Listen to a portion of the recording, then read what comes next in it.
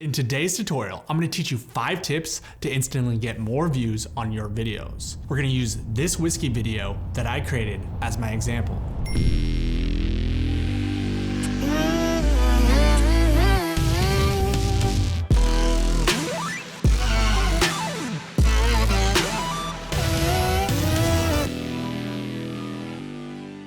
Now, before we dive in and people get all up in arms, there are a lot of different ways to go about getting views, and I'd always advise never to sell your soul or morals to get views, and stay true to yourself, because being authentic is always better than creating clickbait content that in the end is meaningless. But these 5 tips have really helped me grow, and I wanted to share them with you. All right, so tip number 1. Short form vertical content. I know this can be painful to hear, but vertical videos are the new trend on most social media platforms. If you're planning on posting content on either Instagram, Facebook, TikTok, and even YouTube, you'll want to think about shooting and or formatting your videos vertically, whether that be 9:16 or a 4:5 aspect ratio. From a recent study, 80% of all social media users watch content primarily on their phone, which means that if social media platforms are designed to work vertically, then vertical videos will engage much better. But why is this? Okay.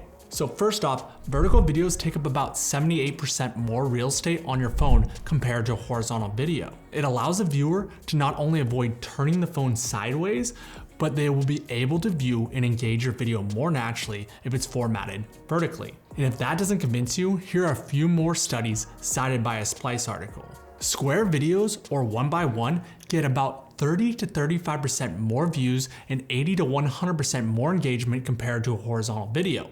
On top of that, vertical videos get 6% more 3-second views than the square format, and 180% watched at least half of the vertical video compared to the square video. These stats clearly show if you're looking for more engagement and views to grow on any of your channels, then vertical is the way to go. But again, there's a time and place to create vertical videos compared to horizontal videos, and I'll leave that up to you. Next is to keep your videos short and sweet. Even though Instagram, Facebook, TikTok, and YouTube give you much longer length times to post, the best view time is about 9 to 15 seconds. This is the sweet spot for audience attention spans and engagement. And you may be thinking, this doesn't apply to YouTube, but actually, YouTube Shorts feature can be a very powerful tool. And if you don't believe me, just watch Peter McKinnon's new video on Shorts and how much it has worked out for him. Tip 2. Creating unique, engaging content. This may sound obvious, but because your video is only going to be on there for a short amount of time, you want to use the best of your shots. Think of your video as a show reel.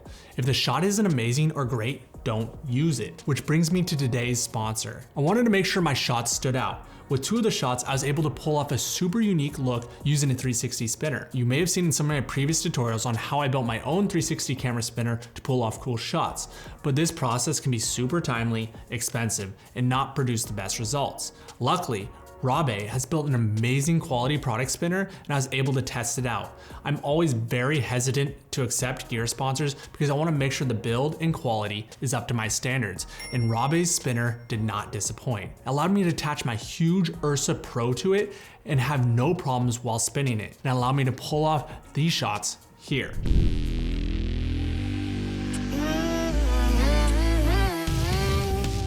You can also build a frame and backdrop. So right now we have our black backdrop that we used our Duvetine off of the frame that was sent with it, built it up, then we put some white bounces on here. I am very, very impressed, and I will be putting the link to buying this 360 turntable in the description below. Since I'm a filmmaker and this is a tutorial, let's jump into how I pulled off some of these cool shots.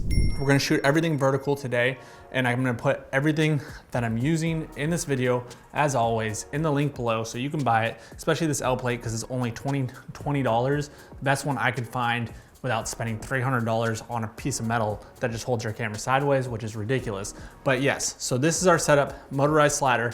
We wanna create a little bit of movement because for this short form content, you needed to punch the viewer in the face, all right? And that is important. Why you wanna punch them in the face? Because you need to capture their attention right away. Puh, right? Important. So the next thing that we're doing to create movement is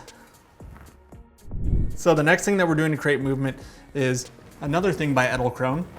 right down here is we're using their head one and just a turntable. And since we're using this turntable, we also have black background, which blends in and everything. It creates this very beautiful image, and this is gonna rotate as we push in. Now let's talk about the lighting setup. I'm gonna skim over this because this could take hours, and if you wanna learn more how to do this, I teach my students how to do these kind of lighting setups to really make your bottles pop and your bottle pops, shot pops, bottle, whatever, it doesn't matter. But I teach you I teach you how to create really nice shots like this. But I'm just gonna run you guys through the lights that we're using. This is actually a 3 light setup. And I know there's ambient light going on right now, but we have to use that to light me, otherwise you can't see me in the shot. So we have our key light over here, which is gonna be a rectangular diffusion, and then we're using some more diffusion to soften our key light.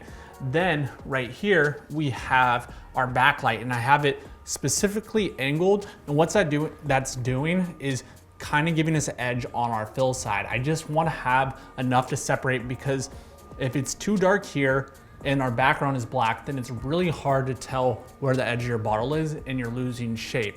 So we have our edge light here, or backlight. And then lastly, we have the best trick of all, is just a little aperture LED light right back here with diffusion paper that's not staying up, that we cut specifically, and that just illuminates the bottle a little bit. You don't want to go too bright to make it artificial. Whiskey doesn't glow, but you still want to have a little bit of the color of the whiskey, because without it, then you don't have anything.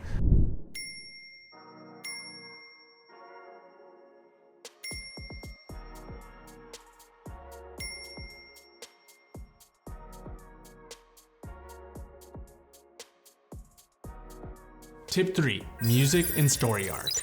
This tip is highly important. You only have about 15 seconds to showcase your work, so you want to make sure you're choosing engaging music that will keep your viewers watching. When choosing music, there are 3 things I look for. Number 1, make sure the song follows the progression of a story arc. Make sure you have an intro, make sure you have a building, make sure you have a climax, and lastly, the resolution. This will ensure when editing your video, it will be more dynamic and suck the viewer in. Probably choosing a song with ambient style music won't be the best for your short form video. Number 2, make sure the song hits fast and make sure the song hits hard. Unfortunately, most songs you choose won't follow the story arc pattern in 15 seconds, because most songs are about 2 to 3 minutes in length. But we can fix this. Before adding your clips in, we can edit our song to be 15 seconds long by taking different parts of the song and splicing them together. I'll usually take the intro, the build, the chorus, and the resolution and connect them on the beats to make my songs. This allows for an engaging 15-second song. Number 3, make sure the music fits your video style. When choosing the music, you want to make sure the genre fits with your video. If you have a slow beauty commercial that you're creating, don't choose a hard rock song for the video just because the song is catchy.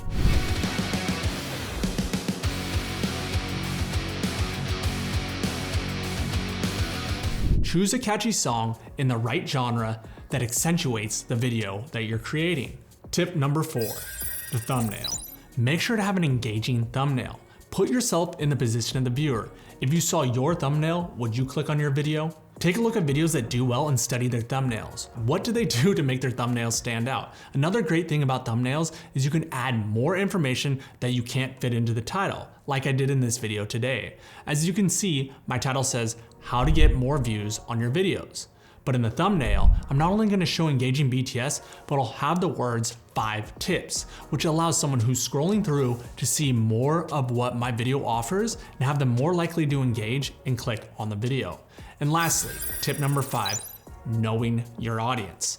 Long ago, I used to post just my videos on social media, but quickly realized who even cares to watch the commercials that I made? Possibly my mom or friends, but why would that be interesting for anyone else? And the truth is, it's not. But when posting, I would receive comments from other filmmakers asking how I created these videos or how did you pull off that shot? So I changed my videos to not only showcase the work I created, but how I created it. This gave me a targeted audience that was interested in my posts because now I offered something in return. Creating and shooting BTS can be almost double the work when I'm shooting a commercial, but I realized how important it is for my business, and no matter what, I always shoot BTS even if I'm gonna post or not. When posting, ask yourself, why would someone watch this video? What does the viewer get out of it? Are you trying to teach something? Are you trying to be funny? Are you trying to showcase a product? There's no one set rule for everything you post, and different techniques work for everyone. But these 5 tips are a great foundation to help you start getting more views on your content. Remember to watch the trends and what works for you. Start to tweak and adjust your content accordingly as you get traction. Remember, never stop being unique and creating what you love. And until next time.